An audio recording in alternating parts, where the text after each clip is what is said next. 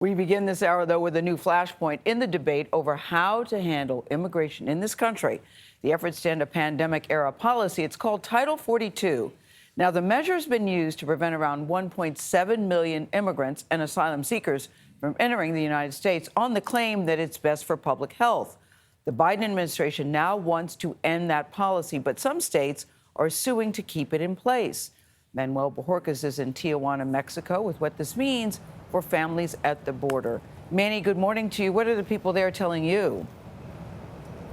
Good morning, Gayle. Well, as you've seen, Ukrainian war refugees are allowed in, but asylum seekers from other countries, well, that's a different category and a different story. And they tell us the real crisis at the border is the one they've been living for months, stuck on this side, sometimes in dangerous situations and unable to apply for asylum at all.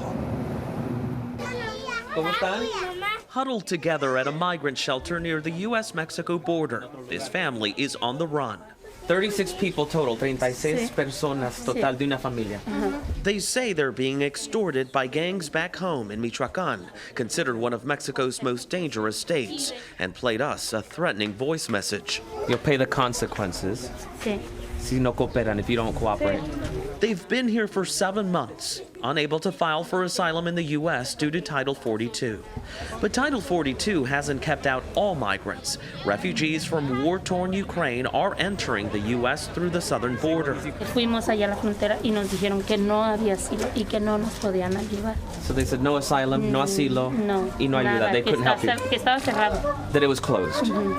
Título 42 que dicen, no? Title 42. Sí. Some Democrats have joined Republicans in cautioning against what they consider a rushed end to the policy.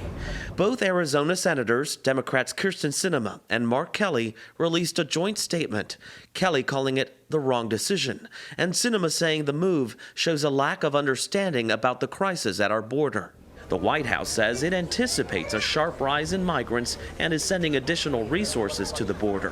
Title 42 is a public health directive. It's not an migration enforcement measure. And the decision on when to lift Title 42 was made by the CDC. Have more calls come in since the Biden administration said we're going to do away with Title 42?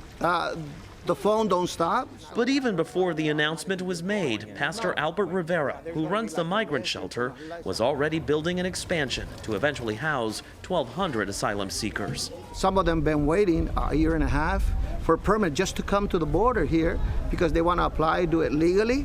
But the legal process to allow them to come all the way over here takes too long. Still, Pastor Rivera says the biggest factors remain the violence and poverty afflicting parts of Latin America and driving people north. The end of Title 42 will not signal the end of another Trump-era policy, the Remain in Mexico policy, which a federal court ordered the Biden administration to continue. So that means that likely most asylum seekers will still have to remain in Mexico as their cases are being decided. Nate? Manny and Tijuana, thank you. It's remarkable when we talk about families at the border and what to do with them. We should remind ourselves that for most people in America, they were once a family at the border. Their family was the one at the border. We should keep that in mind as we think about how to treat these newcomers. Exactly right. Well said, Tony.